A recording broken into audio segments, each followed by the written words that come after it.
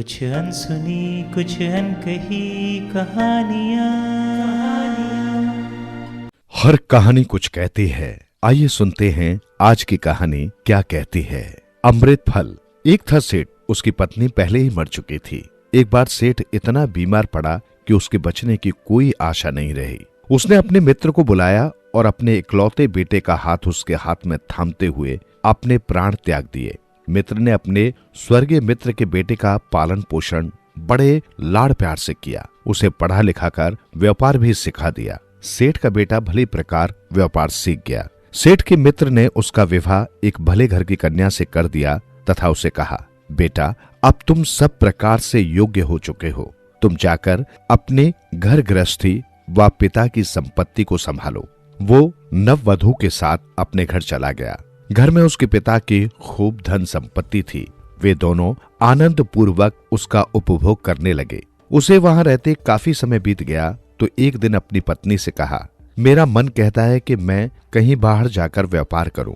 पत्नी ने कहा, आपके पास सब घर में अथाह संपत्ति है तो फिर बाहर जाने की क्या आवश्यकता है। परंतु वो और उद्योग करना चाहता था, अतः अन्यंत्र व्यापार करने चला गया। चलते चलते वो एक रियासत में पहुंच गया। उसने वहां जाकर वजीर के पास नौकरी कर ली।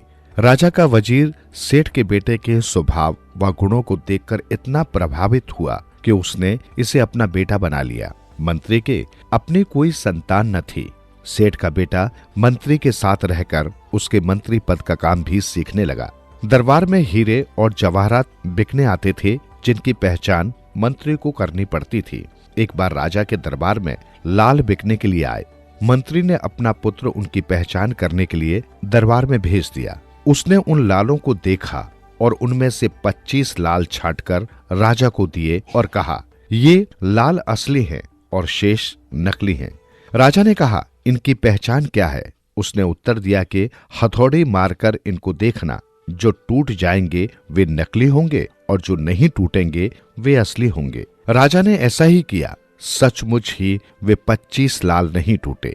युवक की सूझबूझ को देखकर राजा प्रसन्न हो गया। उसके भी कोई संतान न थी। उसने भी उसे अपना बेटा बना लिया। वो कभी राजा के महल में रहता और कभी मंत्री के पास। इस प्रकार सभी प्रकार की सुविधा पाकर वो धीरे धीरे अपने तथा घर तथा पत्नी को भूल गया। बहुत दिनों बाद एक दिन उसके संगी साथी खेप के लिए चले। उसने राजा तथा मंत्री से उनके साथ जाने का आग्रह किया। उन दोनों ने उसे न जाने के लिए बहुत समझाया, परंतु वो नहीं माना।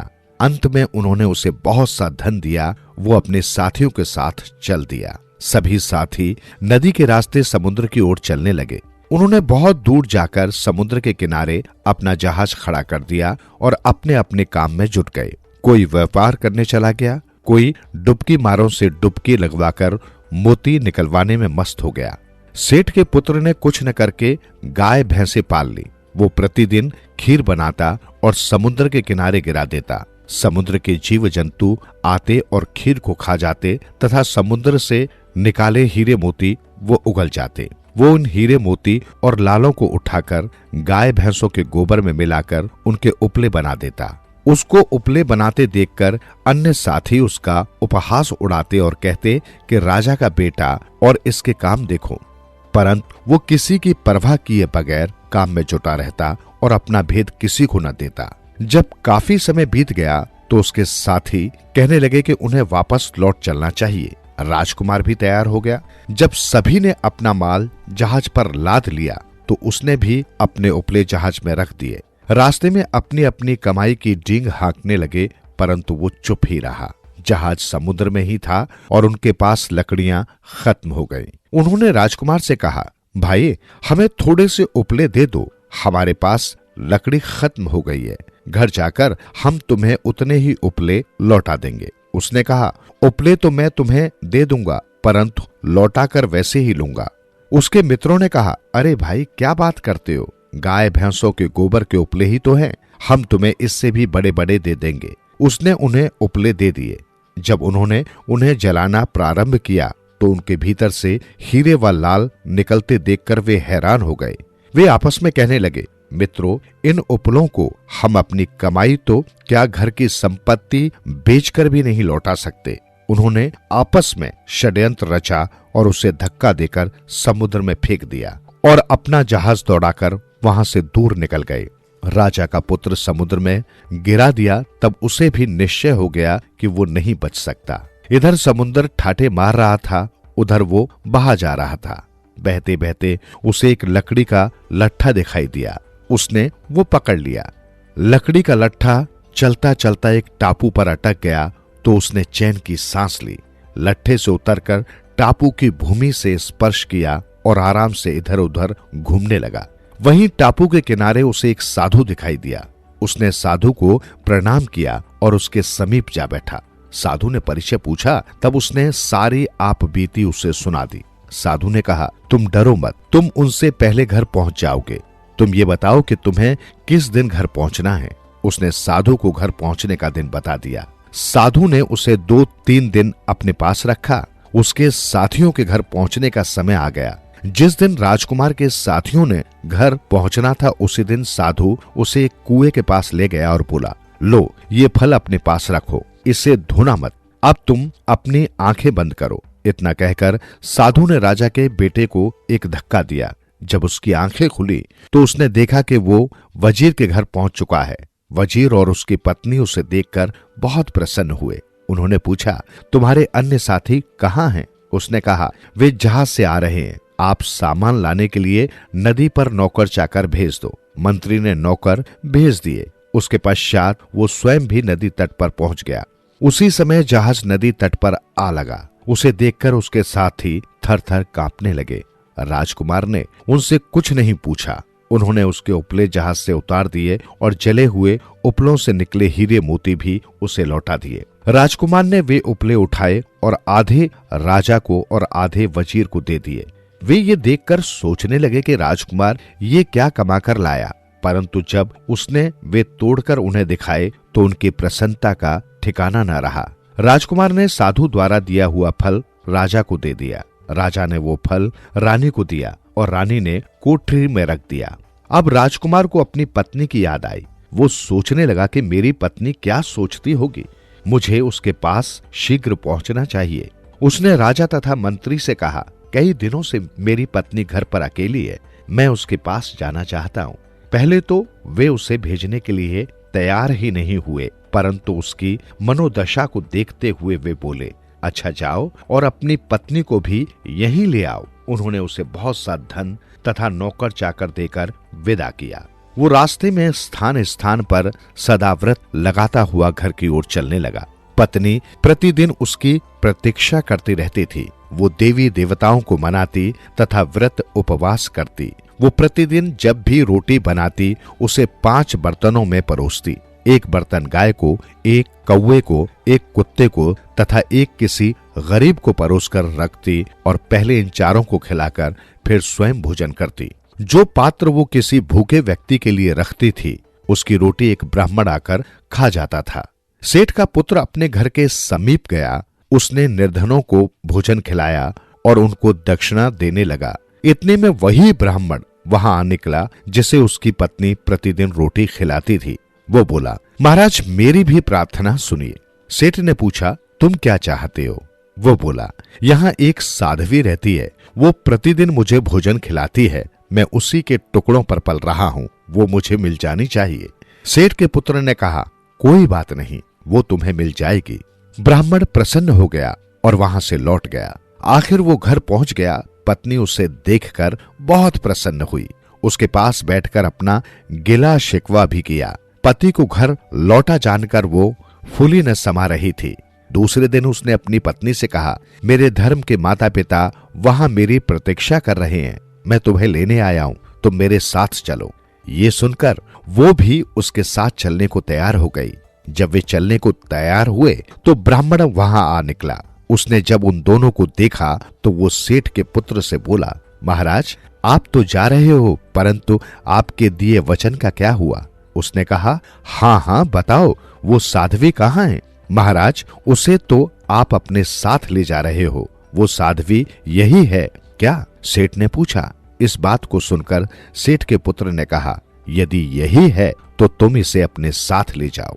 इस बात को सुनकर उसकी पत्नी उसके पांव पर गिर पड़ी और बोली, आपने ये क्या किया? इस पर सेठ ने कहा, मैं अब वचन दे चुका हूँ, अब तो तुम्हें इसी के साथ जाना पड़ेगा। मैं अपने वचनों से नहीं टल सकता। पत्नी उसके पांव पर गिरकर रोती हुई बोली, अच्छा तुम एक काम करो, तुम भी हमारे साथ चलो, आगे 2 रास्ते आएंगे, वहीं से हम बिछुड़ जाएंगे। वे तीनों चल दिए। पीछे पीछे नौकर चाकर भी चल पड़े। जब 2 रास्ते आए, एक पर सेठ तथा एक पर ब्राह्मण को जाना था। वहां पहुंचकर सेठ की पत्नी ने सेठ के पांव छुए तथा अपने प्राण त्याग दिए।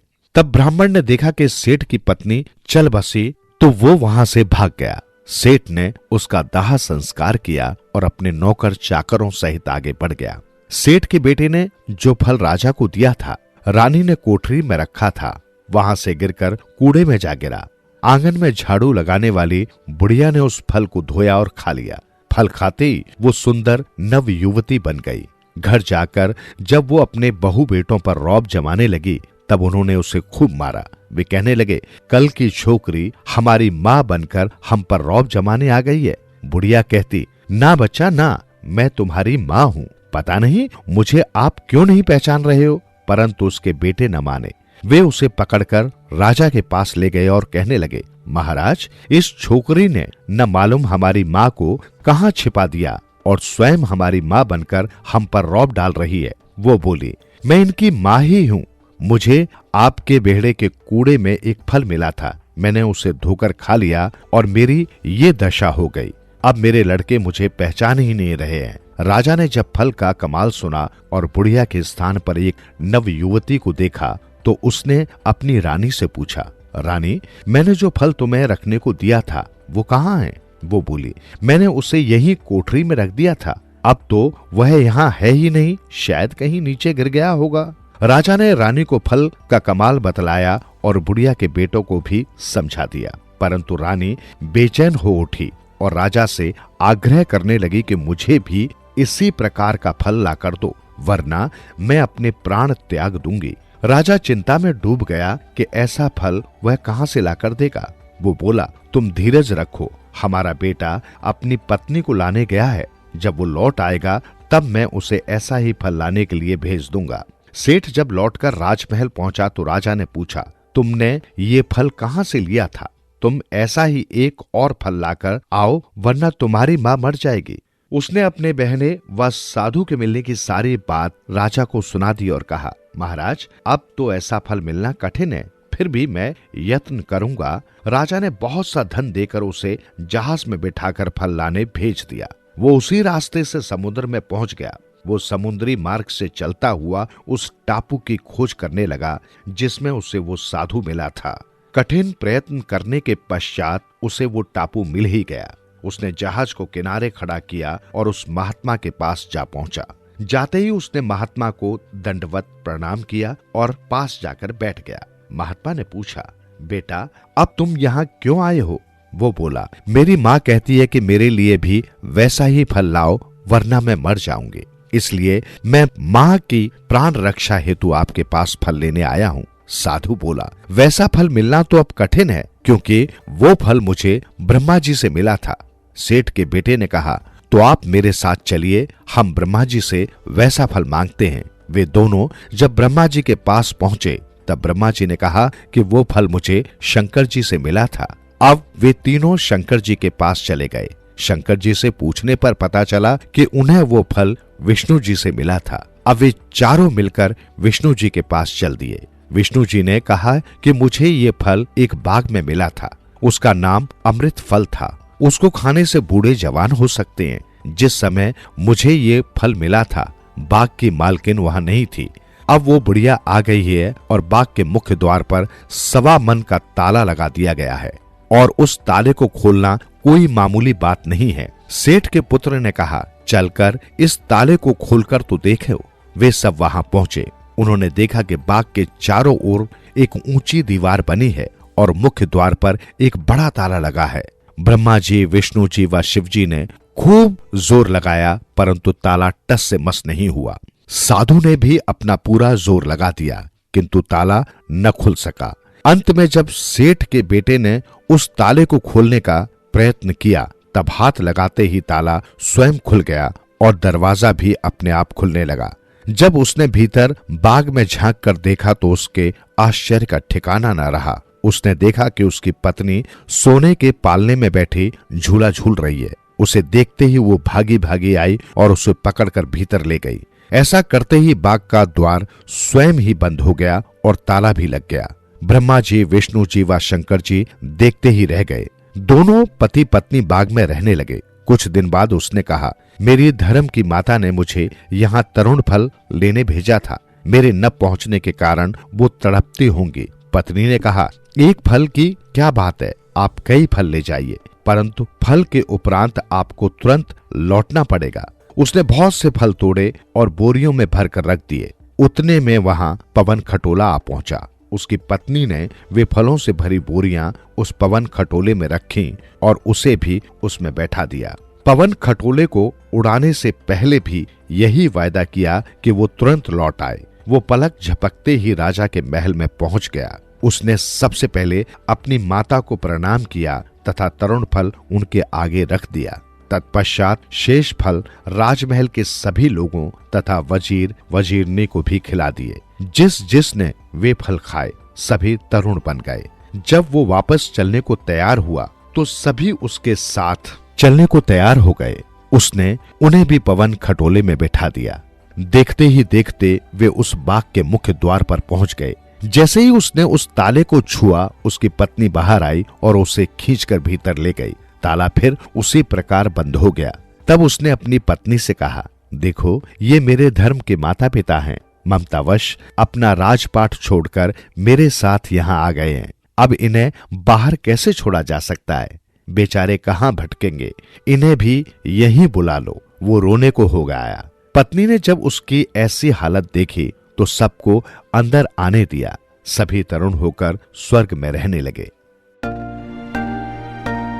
सुनते रहो दिल से यूं ही कहानियां। कहानियां आपकी, हमारी और सबकी, जो दिलों को छू लेती है। सुनते रहें कहानियां।